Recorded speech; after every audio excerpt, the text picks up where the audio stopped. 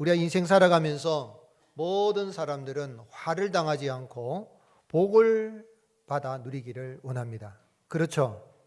예, 교회 다니는 것도 왜 다니시는 겁니까? 복 받기 위해 다니시는 겁니다. 아멘이십니까? 어떤 분들은 기복주의, 기독교가 기복주의로 잘못됐다 막 비난하는 사람이 있어요. 물론 주의가 되고 이념이 된 문제가 있겠지만 신앙은 기복신앙입니다. 복을 비는 겁니다.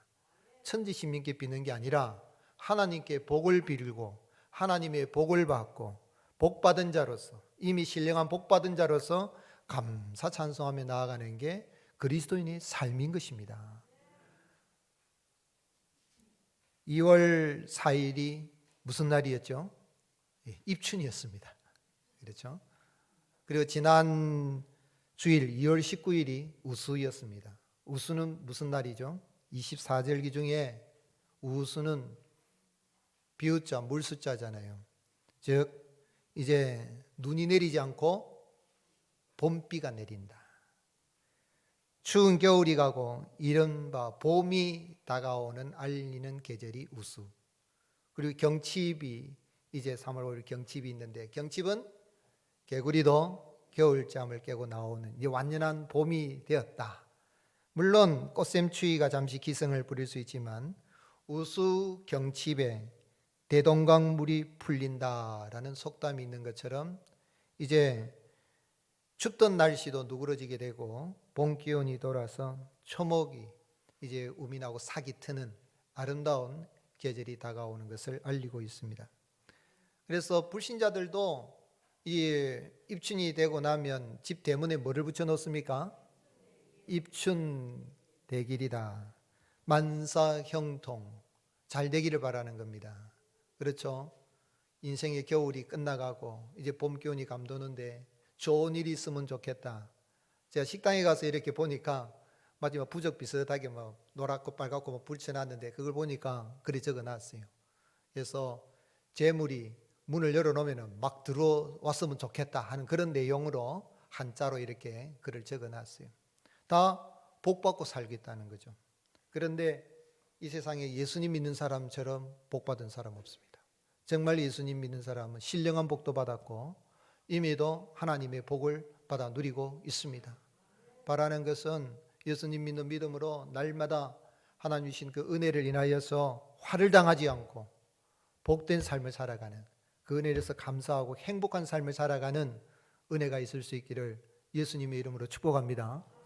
그럼 어떻게 하면 계속해서 우리가 세상의 전쟁과 사고와 위험이 많고 이 코로나 이 시대에 아직까지 실내에서 마스크 벗고 예배를 드릴 수 있다 그렇지만 여전히 이런 감염병에 위험이 있는 이런 세상에 살아가면서 많은 사람들이 재난을 당하고 화를 당하고 어려움을 당하는데, 이런 나는 화를 당하지 않고 계속해서 복을 받아 누리며 행복한 삶을 살아갈 수 있느냐 하는 것이죠.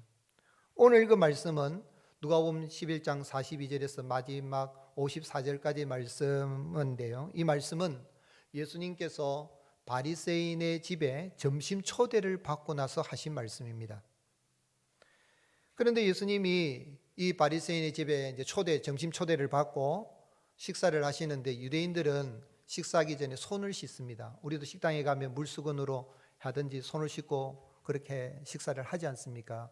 위생상 또 정결식으로 그렇게 하는데 예수님이 웬일인지 손을 씻지 않고 음식을 드시려고 하니까 바리새인이 아니 저 가르친다는 사람이 소위 랍비라고 불리고 많은 사람들이 따라다니는, 그리고 천국 복음을 전한다는 저 사람이 왜 손도 안 씻고 율법도 안 지키고 저렇게 음식을 먹으려고 하는가 이상하게 여기고 있는데, 그 모습을 보고 있던 예수님께서 바리새인들과 율법사들을, 아마 식사할 때에 이 바리새인 혼자만이 아니라 여러 바리새인들이 함께 점심 식사에 초대가 됐던 것 같아요. 그런데 그 자리에서 예수님이 아이고 내가 손을 안 씻었네 하고 손 씻고 드시고 그래야 될 텐데 오히려 예수님이 화 있을진저 하면서 바리새인과 율법 교사들을 향하여서 아주 저주를 퍼붓습니다. 여러분 생각해 보세요. 목사를 점심식사 초대했는데 식사한 자리에서 만약에 화 있을진저 막 그러면은 우리 목사님 와 이러노? 그죠? 뭐가 잘못됐나? 왜 이러지? 하는 그런 생각이 들지 않겠어요? 지금 그런 상황입니다. 그런 가운데 예수님이 이 말씀하셨는데 초대받아간 집에 감사를 표하는 대신에 오히려 화를, 저주를, 비판하는, 책망하는 말을 하면 얼마나 바리새인이 당황하고 힘들겠습니까? 그런데 이 바리새인의 사는 그런 방식에 대해 예수님이 하신 말씀을 보면 예수님의 분노가 얼마나 컸는가 하는 걸 알 수 있는데 화 있을진저 그랬습니다. 이 말은 저주를 받은 자요 지옥에 갈 것이다 라는 그런 말씀이에요. 하나님이시요 완전한 사람이신 예수님이 화를 선언했으니 얼마나 참 주님이 참 분노하셨는가 하는 걸 알 수 있는데 여기 저주 선언은 6가지가 나옵니다. 그 6가지를 보면 앞에 3가지는 바리새인을 저주한 42절에 44절까지 바리새인을 향한 저주의 말씀이고 뒤에 셋은 율법사를 저주한 내용입니다. 46절에서 52절. 그래서 예수님께서 오늘 그 말씀에 이제 그 중에 하나인데 화 있을진저 하면서 하나님 앞에 11조는 드리지만 박하와 운양과 채소의 모든 11조는 드리지만 공의와 하나님께 대한 사랑을 버렸다 하면서 저주를 하신 거예요. 여러분 한번 생각해 보자고요. 여러분 11조 드리는 게 쉽습니까? 어렵습니까? 쉬워요. 믿음으로 되니까 믿음으로 드리는 분이 쉬울 거예요. 그런데 많은 사람들 가운데는 오늘날 뭐 기독교계 11조는 구약이지 뭐 신약 시대는 11조 끝났다 이런 이야기를 하는데 그게 아니라는 오늘 말씀을 주님이 하고 계시는데 11조를 드린다는 것만 해도 사실 쉬운 게 아니거든요. 여러분 내 소득의 10분의 1을 하나님께 안 드리고 일반적으로 안 믿는 사람들이 부모님께 매달 10분의 1씩 드린다면 효자 났다고 할 거예요. 근데 하나님 앞에 10분의 1 드리는 거 쉬운 거 아닌데 근데 11조 드리고 주님으로부터 책망을 받고 화를 받고 저주를 받은 이런 내용이거든요. 왜 주님 그렇게 하셨죠? 물론 바리새인 눈에 보이지 않는 공의 사랑을 실천하지 못했다 하더라도 하나님께 11조를 드렸잖아요. 얼마나 귀한 겁니까? 그런데 왜 예수님이 바리새인들을 신랄하게 비판하시고 저주하시고 화를 선언하고 계실까요? 그리고 또한 우리 본문에서 어떻게 참 사고와 전쟁과 위험이 많은 이런 악한 세대 세상에 살아가면서 내가 화를 당하지 않고 복을 받아 누리며 살아가면서 행복한 삶을 살아갈 수 있는 길을 알 수 있을까요? 예수님께서 바리새인들을 또 율법 교사들을 저주하신 것은 그들이 화를 받아서 멸망하기를 망하기를 원하셔서 그렇게 말씀하신 것이 아닙니다. 예수님께서 강한 어조로 책망하신 화 있을진저라고 이렇게 말씀하신 이유는 그들이 예수님의 그 경고의 메시지 말씀을 듣고 회개하여서 구원받고 하나님의 복을 받아 누리게 하기 위함인 것입니다. 그래서 회개하는 자에게는 화가 변하여 복이 됨을 깨달아 알기 위해서 이 말씀을 하신 것입니다. 42절에 화 있을진저 너희 바리새인이여 그랬는데 예수님은 그의 말씀을 듣는 자들이 하나님은 회개하는 자에게는 하나님께서는 화가 변하여서 복이 되게 하시는 은혜를 베풀어 주시는 분이다 하는 것을 알게 하기 위함인 거예요. 특별히 이 누가복음은 누구를 위해서 썼다 그랬습니까? 헬라인들을 위해서 쓰긴 썼지만은 누가복음 1장에 보면 데오빌로라는 사람에게 데오빌로 각하여 하면서 예수님의 모든 일들을 시작부터 끝까지 쭉 자세히 이렇게 자기도 기록을 하여서 알게 하기 위함이라 그랬는데 이 누가복음에 있어서 데오빌로에게 인생 살아가면서 내가 화를 당하지 않고 복을 받는 길은 하나님의 말씀, 복음의 말씀을 듣고 회개하게 되면은 하나님께서는 내게 다가올 그 화가 임하지 않고 오히려 복을 받게 된다는 것을 그러므로 전부로 이 말씀을 받고 믿음 가운데 거할 것을 권면할 그런 목적으로 누가복음이 기록된 거죠. 유명한 성경 주석가 매튜 마태복음과 누가복음에 나오는 저주의 말씀을 8가지로 정리했습니다. 오늘 읽은 말씀에는 6가지가 나와 있지만 마태복음에는 7가지가 나옵니다. 화 있을진저 하면서 7가지가 나오는데 서로 공통적인 거 이렇게 서로 이렇게 비교를 해보고 나면 한 8가지로 정리가 되는데 마태복음 5장에 보면 팔복이 나오잖아요. 그것처럼 화 있을진저인데 이 8화, 8가지 화다라고 이렇게 이야기했는데 주님이 그렇게 말씀하신 이유는 뭐냐면 우리가 화를 당하지 않고 그런 화를 당할 일들이 많이 있는데 그런 화를 당하지 않을 수 있는 길은 회개하여서 복음의 말씀을 믿고 예수님을 믿으면 화가 변하여서 저주가 변하여서 복이 된다는 것을 알게 하기 위함인 것입니다. 그러므로 사랑하는 성도 여러분, 예수님께서 바리새인들에게 이렇게 경고하신 것은 예수님의 말씀을 듣고 회개하라는 것입니다. 그런데 바리새인뿐만 아니라 고향 마을 사람들조차도 예수님의 말씀을 듣고 예수님이 하신 일들을 보고도, 표적들, 기적들을 보고도 그들이 회개하지 않아서 예수님이 역시 고향 사람들 향해서도 저주하신, 화를 선언하신 것을 알 수가 있습니다. 누가복음 10장 13절에 화 있을진저 고라시나 화 있을진저 베세다야, 너에게 행한 모든 권능을 두로와 시돈에서 행하였더라면 그들이 벌써 배옷을 입고 제에 앉아 뭐 하였으리라 그랬습니까? 회개하였으리라. 고라신, 베세다, 예수님 갈릴리 지역에 있는 예수님의 고향 마을들입니다. 나사렛뿐만 아니라 고향 마을들, 특별히 베세다 같은 경우는 예수님이 오병의 기적을 행하였던 놀라운 기적을 보여주셨습니다. 그런데도 그들이 회개하지 않으니까, 많은 사람들이 회개하더니 않으니 두로와 시돈에 행하더라면, 두로와 시돈은 우상숭배 중심지입니다. 바울과 아세라 신의 중심지인 그들도 회개했을 것인데 어찌하여 너희들이 회개하지 아니하느냐라고 주님 말씀하셨는데, 너희들이 회개하면 너희들이 이 말 화를 당하지 않고 하나님이 주신 복을 받아 누리게 된다. 아멘이십니까? 고향 사람들이 회개하지 않았는데 바리새인들 중에서도 주님이 이렇게 말씀하셨는데 그들이 회개하는 사람이 적었어요. 오늘 말씀 읽지 않았습니다. 뒤에 넘어가 보면 11장, 누가복음 11장 53절에 예수님이 이렇게 화 있을진저 이렇게 말씀하고 나오니까, 그러면 아이고야, 우리가 잘못했구나. 이게 찔리면 우리한테 한 말씀이에요. 나한테 한 말씀이 하면 찔리면 뭐 하면 됩니까? 회개하면 되는 거예요. 회개하면 화가 임하지 않고 화가 변하여 복이 되는 역사가 일어나게 됩니다. 근데 바리새인들은 말씀을 들으니까 화가 나는 거예요. 화 있을지니까 화가 났어요. 어떻게 했습니까? 거기서 나오실 때 서기관과 바리새인들이 거세게 달려들어 여러 가지 일을 어떻게 해요? 따져 묻고 54절에 그 입에서 나오는 말을 뭐 하려고요? 책 잡고자 하여 노리고 있었더라. 얼마나 못됐습니까? 여러분, 회개하는 심령이 임하는 하나님의 은혜입니다. 예배를 드리고 목사가 설교를 하고 예배 끝나고 어떤 분들은 은혜 받고 그래 오늘 목사님 꼭 내한테 하는 말씀 같네 하고 하면 회개하고 그래 내가 바로 살아야지, 말씀대로 살아야, 이렇게 하는 분이 있는 저거 내보가는 소리인데 분노가 가득 차가지고 저는 바리새인의 모습이죠. 여러분, 그러면 안 돼요. 목사가 만약에 하나님 말씀이 아닌 인간적인 이야기했다면 혹 그럴 수도. 하나님의 말씀은 선언하는 거예요. 원래 복은, 이 설교는 하나님의 말씀을, 복을 선언하는 시간이에요.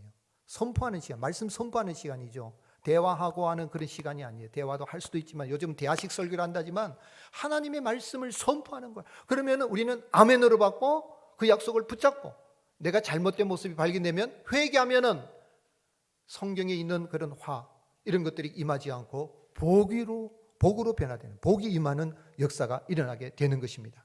이 바리새인들은 예수님의 말씀을 듣고 나니까 분노가 가득 차가지고 예수님을 달려들어서 잡으려고 그랬고, 예수님을 말씀을 책잡으려고, 그리고 올무를 놓으려고 그렇게 하기도 하고, 요한복음 11장에서 보게 되면 11장 53절에 보면 결국은 예수님을 잡아 죽이려고 모의까지 하는, 대제사장과 서기관과 바리새인들이 모의까지 하는 이런 엄청난 그런 일을 하게 되는, 결국은 예수님 십자가에 못 박혀 돌아가시는데, 여러분, 회개하지 않으면 화가 계속해서 화로 임하게 됩니다. 그러나 회개하게 되면 하나님께서는 내 심령에 천국이 임하게 하십니다.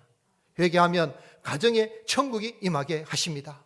우리 교회가 나오면, 교회에서 예배드리러 나올 때 회개하는 심령, 교회 왜 나옵니까? 하나님을 회개하기 위해서 나오는 거예요. 한번 컨버전에 했다고 해서 끝나는 거 아닙니다. 그리고 난 다음에도 우리는 인생 살아가면서 얼마나 실수를 많이 하고 죄를 많이 짓습니까? 지난 한 주간도 인도해 주신 주님 감사합니다. 그러나 삶을 돌아보니까 제가 잘못한 게 많습니다. repentance, 컨버전, 한 번으로 컨버전에 끝난 게 아니라 repent, 계속해서 참회하고 주님 말씀의 거울을 비추고 회개하고 나가면 하나님은 우리에게 닥칠 것 같은 화가 변하여 복이 되게 하시는 은혜를 베풀어 주십니다. 왜 회개하는 자에게, 회개하여 예수님을 믿는 자에게 하나님은 화를 당하지 않게 하시고 복을 받아 누리게 하십니까? 그것은 화 받아서 저주받아 죽어야 할 우리 대신에 예수님이 저주를 받으셨기 때문에 그렇습니다. 바울은 갈라디아서 3장 13절에 뭐라고 증언했습니까? 그리스도께서 우리를 위하여 뭐를 받으셨다고요? 저주를 받은 바 돼서 율법의 저주에서 우리를 속량하셨으니 기록된 바 나무에 달린 자마다 저주 아래에 있는 자라 하였습니다. 이는 그리스도 예수 안에서 무엇을 받게 하고요? 아브라함의 복이 이방인에게 미치게 하고 또 우리로 하여금 믿음으로 말미암아 무엇을 받게 하려 함이라고요? 성령의 약속을 받게 하려 함이라. 아멘이십니까? 여러분, 내가 받아야 할 내가 받아야 할 저주를 누가 받으신 겁니까? 예수님이 다 받으셨어요. 아멘이십니까? 그리고 나는 아브라함의 복, 하나님의 복을 받게 되고 성령의 약속, 성경에 있는 약속을 받아 누리게 된 것입니다. 다윗은 자신이 지은 죄로 인하여 하나님 앞에 부르짖고 기도하였습니다. 다윗이 엄청난 죄를 지었잖아요.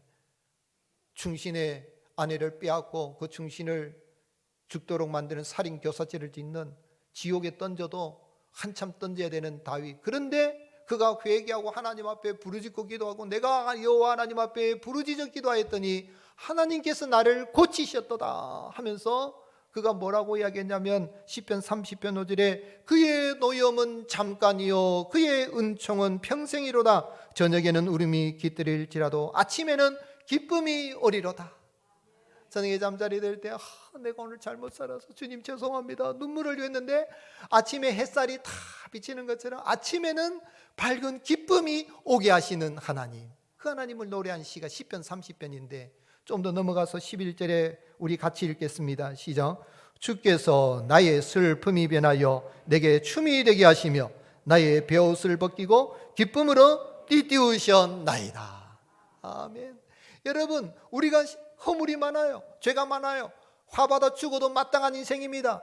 저주받아 죽어도 마땅한 인생입니다. 지옥에 던진다도 아무 할 말이 없는 죄인들이지만은 예수님이 대신하여 저주를 받으심으로 말미암아 누구든지 회개하여 예수님의 말씀을 듣고 예수님을 믿고 나가면 화가 변하여 복이 되게 하시는 은혜를 주시는 것입니다.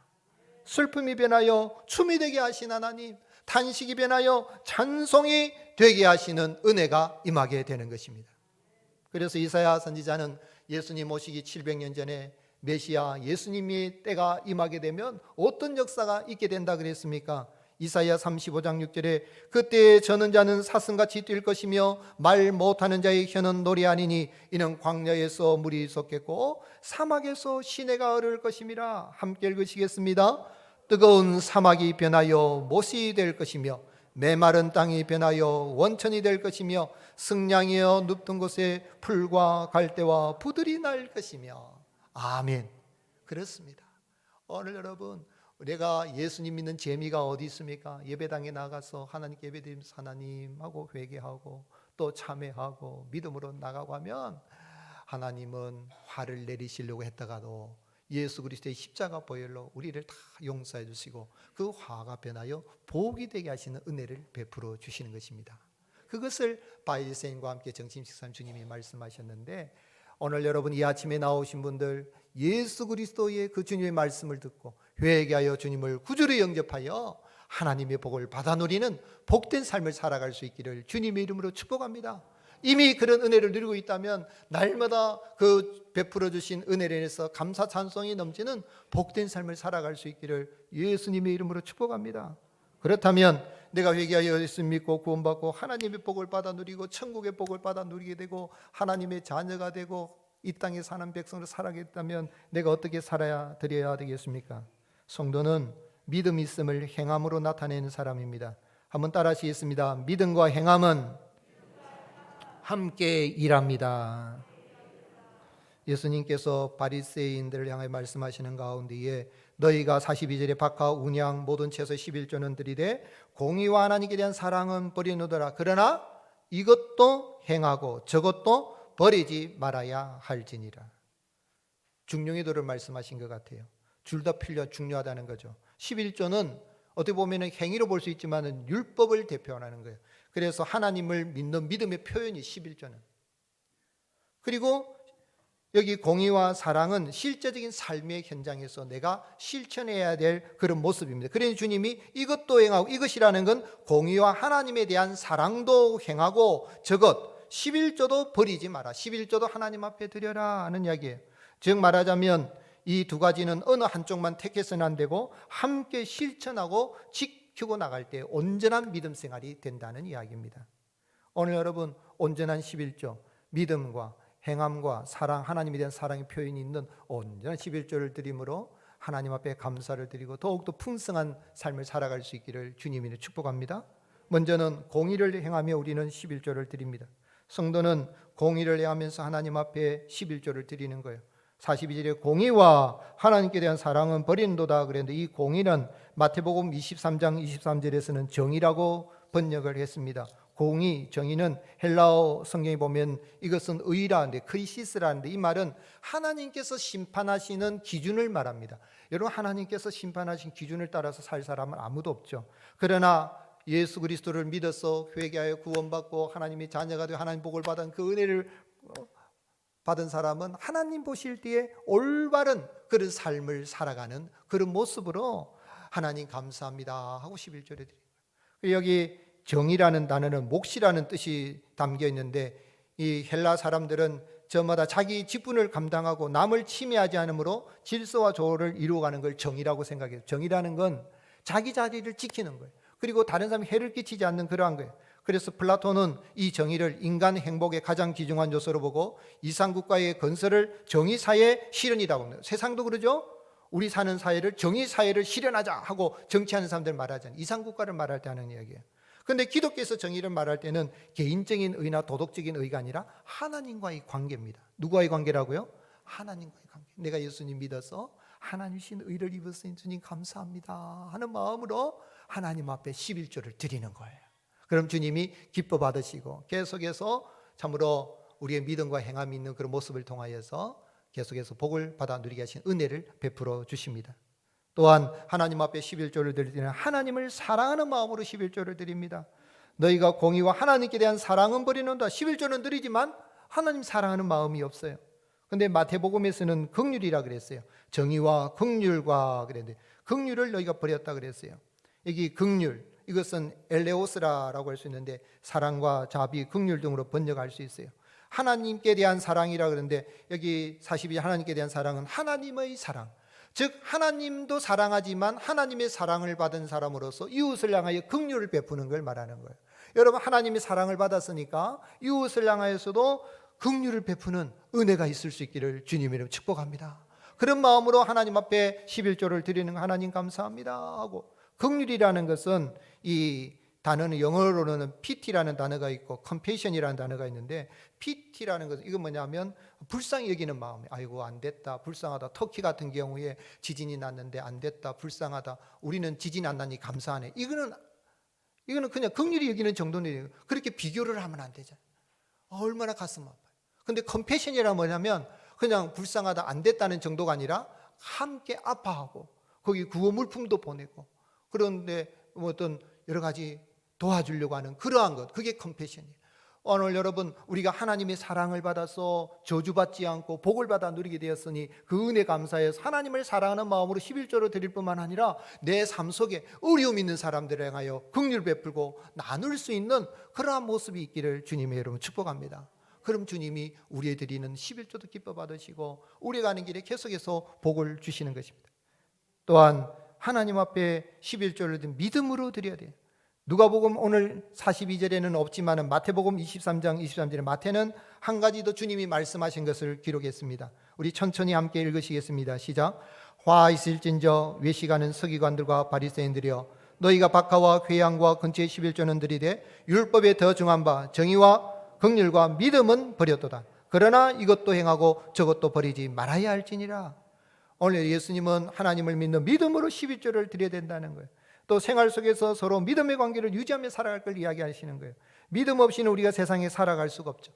서로 믿음이 있으니까 살아가는 거예요. 여러분, 버스를 타고 비행기를 타는데 파이로트가 만약에 간질병 환자라면 타겠어요? 못 타요. 버스 운전기사가 갑자기 운전하다가 이래 보세요.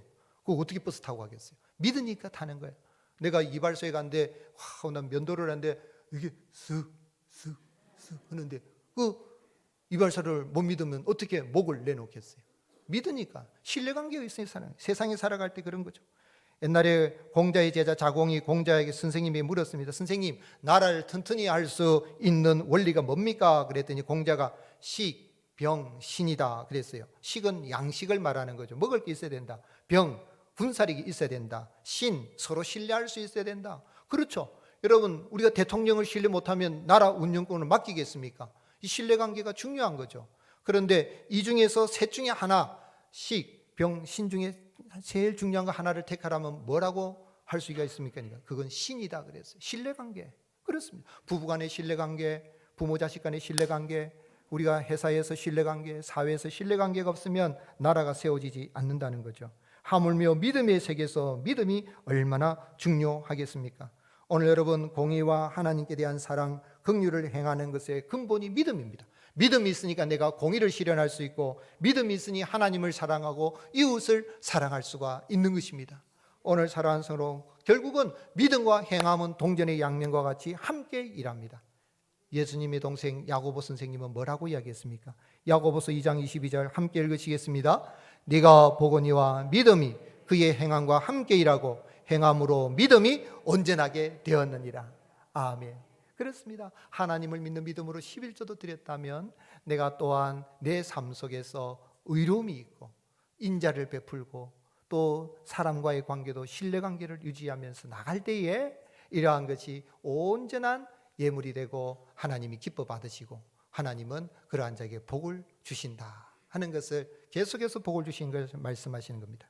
사랑하는 성도 여러분, 어떻게 하면 사고와 위험 많은 세상에서 화를 당하지 않고 복을 받아 누리며 행복한 삶을 살아갈 수 있겠습니까? 하나님은 회개하는 자에게는 화가 변하여 복이 되게 하시는 하나님이십니다. 믿음과 행함은 함께 일합니다. 내가 예수님 믿어서 복을 받게 되었으니 그 은혜 감사해서 내가 믿음이 있음을 행함으로 나타내는 가운데에 하나님이 영광을 나타내고 계속해서 풍성한 복을 받아 누리며 행복한 믿음의 여행을 하는 저와 여러분이 되시기를 예수님의 이름으로 축복합니다.